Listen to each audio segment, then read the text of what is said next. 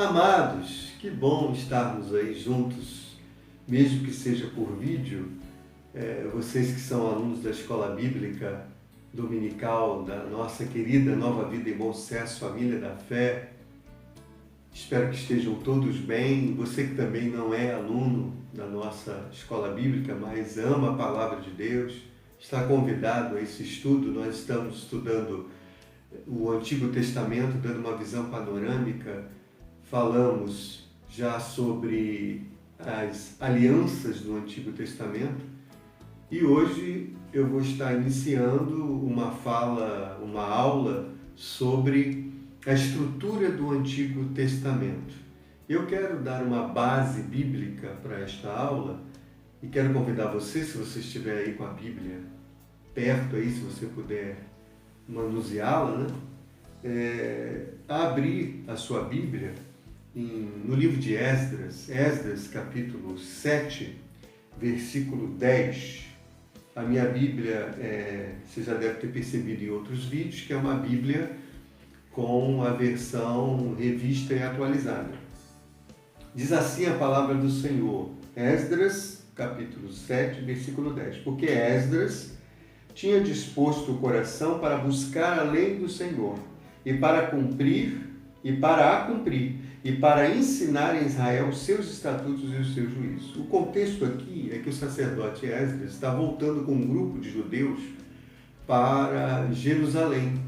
Ele está liderando esse grupo e ele tinha um conhecimento muito grande da palavra do Senhor, da lei do Senhor, do Antigo Testamento, que era o texto que ele tinha em mãos, e ele era versado nas Escrituras, um grande conhecedor. E ele está aqui com um propósito muito interessante que eu queria destacar em 3 verbos importantes aqui, Porque Esdras tinha disposto o coração para, primeiro, buscar a lei do Senhor.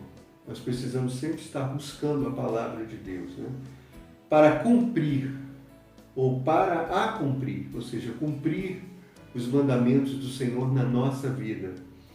E para ensinar em Israel os seus estatutos, ou seja, ele também tinha um forte desejo no coração de ensinar a palavra de Deus.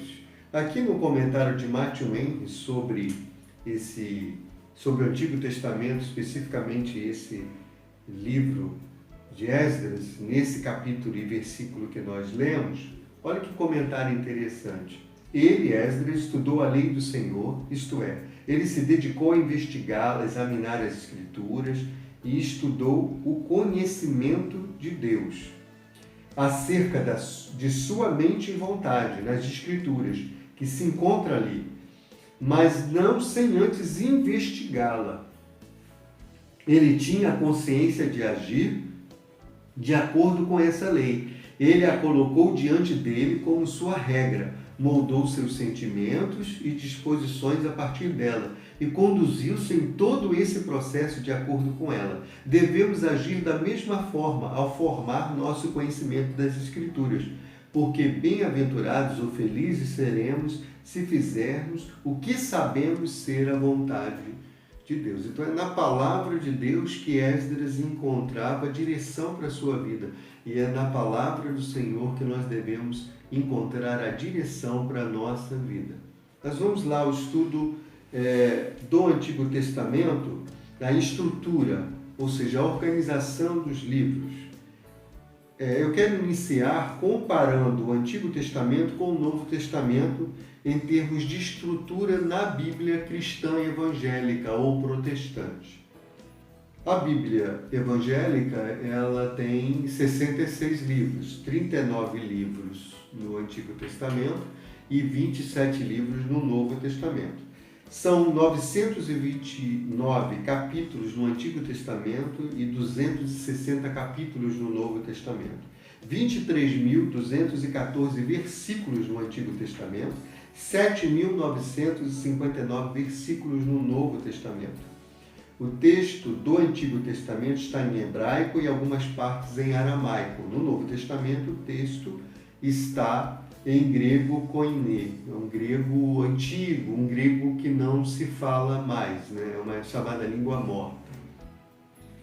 A organização do texto dos textos está por temas ou por assuntos. O Antigo Testamento nós temos a lei, história, poesia e profecia. No Novo Testamento nós temos biografia, os evangelhos, história, o livro de Atos, epístolas, as cartas paulinas e gerais e profecia, o livro do Apocalipse. Agora falando especificamente do Antigo Testamento. O Antigo Testamento está organizado de uma forma didática. Didática é a arte e técnica de preparar uma aula. Então, quando eu falo que a organização é uma organização didática na Bíblia, especificamente no Antigo Testamento, e não necessariamente cronológica, a gente vai ver que alguns livros têm uma sequência cronológica, outros não. Essa organização didática, eu estou querendo dizer que é um tipo de organização dos livros, de estrutura dos livros, que facilita na hora do estudo. Tá? Bem, então o Antigo Testamento na Bíblia evangélica cristã, ele é formado, o Antigo Testamento, ele é organizado. Primeiro, os 5 primeiros livros, Pentateuco, ou livros da lei. Pentateuco, 5 livros da lei. Gênesis, Êxodo, Levítico, Números, Deuteronômio, 5 livros. Os livros históricos, que narram a história do povo de Israel, você vai ter, nós vamos ver, né, na Bíblia 12 livros. Josué, Juízes, Ruth, primeiro livro de Samuel, segundo livro de Samuel, primeiro livro dos Reis, segundo livro dos Reis, primeiro livro das Crônicas, segundo livro das Crônicas dos Reis, né? Esdras, Neemias e Esther. Depois, nós vamos encontrar ali os 5 livros poéticos, cujo texto, ou cujos textos, têm um teor de poesia. Jó, Salmos, Provérbios, Eclesiastes, Cantares ou Cântico dos Cânticos. E vamos ter depois os livros proféticos, que são divididos em profetas maiores, 5 livros, e profetas menores, 12 livros. Tá? Profetas maiores e menores não tem a ver com o tamanho e a altura dos profetas e nem com a qualidade, que maior é melhor, menor, os menores são inferiores, nada disso. Essa classificação ela tem a ver com o tempo de duração do ministério profético. Então, profetas maiores, com um tempo maior de duração do ministério profético. Profetas menores, um tempo menor. Então, profetas maiores, 5 livros. Isaías, Jeremias, Lamentações de Jeremias, Ezequiel, Daniel. Profetas menores, Oséias, Joel, Amós, Obadias, Jonas, Miqueias, Naum, Abacuque, Sofonias, Ageu, Zacarias e Malaquias, 12 livros. Tá? A observação que eu quero fazer, interessante, é que a nossa divisão em 39 livros, né, da Bíblia cristã evangélica, vem da Septuaginta, através da Vulgata Latina. A Septuaginta foi a primeira tradução das Escrituras feita do hebraico para o grego, cerca de 285 a.C. Quero falar agora um pouquinho da Bíblia católica. A Bíblia católica, ela tem os 39 livros do Antigo Testamento, como tem na Bíblia cristã evangélica, mas tem um acréscimo de 7 livros, dando um total de 46 livros no Antigo Testamento. Esses 7 livros são chamados livros apócrifos ou não inspirados. O Antigo Testamento, então, vai se somar na Bíblia Católica ao Novo Testamento, que tem, como a Bíblia Evangélica, 27 livros, né? No Novo Testamento vai dar um total de 73 livros. Então, ela vai possuir os 39 livros do Antigo Testamento que constam na nossa Bíblia Evangélica, mais esses 7 livros, chamados apócrifos ou não inspirados. Além desses 7 livros, tem alguns acréscimos aos livros por exemplo, de Esther, de Daniel, são alguns acréscimos, e outros. Os 7 livros considerados apócrifos são Tobias, Judite, primeiro livro dos Macabeus, segundo livro dos Macabeus, Baruque, Sabedoria de Salomão e Eclesiástico, ou Sabedoria de Jesus, filho de Siraque, ou ele ainda é chamado de Sirácida. Sirácida, ele é chamado nesta Bíblia aqui, ó. Essa aqui é uma Bíblia de tradução ecumênica, tá? Bem pequenininha, como vocês estão vendo, para dizer o contrário, né? Bem pequenininha, levezinha, uma Bíblia com muita substância, né? E dá até para você ir um domingo assim com a Bíblia, com essa Bíblia de manhã, de noite, dá para fazer um exercício, né? No meio do caminho você pode ir malhando e tal, porque é uma Bíblia bem pesadinha e é maravilhosa, tá? No seu suplemento de textos introdutórios aos livros, ela tem notas de rodapé maravilhosas, é uma grande Bíblia de estudo. É a tradução ecumênica porque ela é da Edições Loyola e ela visa atender tanto cristãos católicos quanto protestantes ou evangélicos. Ela está assinada aqui pelo presidente da Conferência Nacional dos Bispos do Brasil, CNBB, e assinada também pelo bispo primaz da Igreja Episcopal Anglicana do Brasil. Uma excelente Bíblia, tá? Fica aí como recomendação de Bíblia de estudo. Aqui o Eclesiástico é chamado de Sirácida. Aqui ele é chamado de Eclesiástico mesmo, é a Bíblia de Jerusalém, tá? É uma Bíblia da editora Paulus e é uma Bíblia muito interessante porque ela também tem notas de rodapé muito, assim, notas valiosas, né? Muito valiosas, assim, em termos de conhecimento.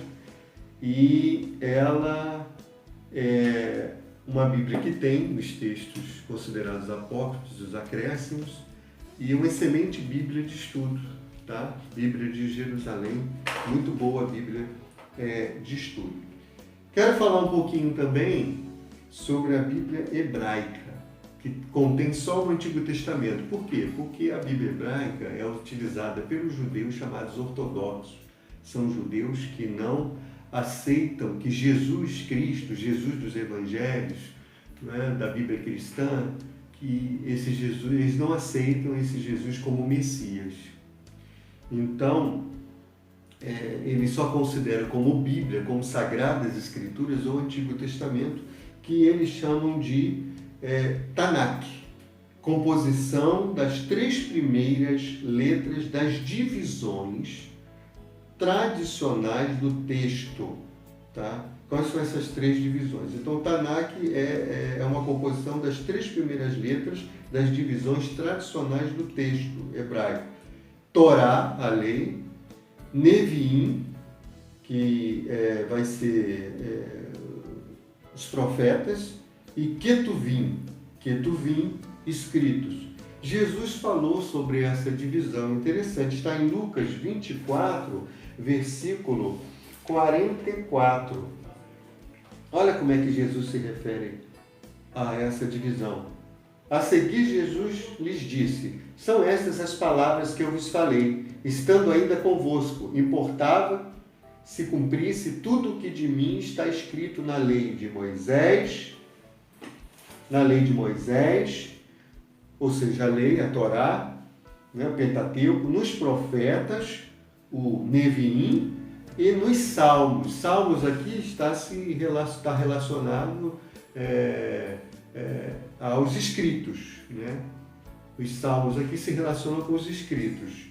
Os escritos são chamados de Ketuvim. Tá? Agora eu vou falar um pouquinho especificamente de cada seção dessa. Torá, Pentateuco, significa ensinamento, lei. Gênesis a Deuteronômio, 5 livros. Neviim, profetas, tem 8 livros, tá? Josué, Juízes, Samuel, Reis, Isaías, Jeremias, Ezequiel e profetas menores. Os profetas menores são considerados como um único livro. Então, 8 livros. Ketuvim são os escritos, Salmos, Provérbios e Jó. São livros poéticos, mais 5 pergaminhos, Cântico dos Cânticos, Ruth, Lamentações, Eclesiastes e Esther, mais os livros dos relatos, Daniel, Esdras, Neemias, compondo um livro só, e Crônicas. Então você tem aí 5 livros da Torá, 8 livros Neviim, profetas, né? Torá, lei, profetas, Neviim, Ketuvim, escritos, tá? Vão ser 11 livros. Isso dá um total de 24 livros. Olha só que coisa interessante, né? Já que os profetas menores constam como um livro só e Esdras e Neemias como um livro só. O que eu posso destacar, finalizando a aula de hoje, de muitas informações, é que a gente vê como Deus permitiu que a sua palavra fosse tão bem organizada, porque o nosso Deus gosta de organização, de ordem. A Bíblia vai dizer que tudo deve ser feito no reino de Deus com decência e ordem. E quando Deus faz uma agitação, né, na linguagem do pentecostal, move as águas, quando Deus faz isso, como no livro de Ezequiel, no capítulo 37, quando você tem aquela visão do profeta Ezequiel dos ossos todos ali secos sobre o vale e espalhados, e ele faz um rebuliço ali no meio dos ossos através da palavra do profeta Ezequiel. Deus estava fazendo aquilo para que cada osso procurasse o seu osso, né, se juntasse, e depois daquilo ali ele forma um grande exército, porque Deus tem esse poder, né? O nosso Deus tem, de pegar aquilo que é um caos e organizar. Quem sabe você está vendo e ouvindo esta aula e está se sentindo meio que num caos, eu não sei porquê, mas você sabe, Deus sabe, mas o nosso Deus, eu creio que você crê no nosso Deus Todo-Poderoso, Ele pode fazer com que esse caos tenha uma ordem, só pelo poder da sua palavra, e você então ter a sua vida novamente em dia, organizada e sendo uma vida vitoriosa. Que Deus possa te abençoar rica e poderosamente. Na próxima aula eu vou estar falando sobre o cânon do Antigo Testamento e um pouquinho mais sobre esses livros apócrifos que constam na Bíblia cristã católica. Deus abençoe, eu creio que vai ser bom.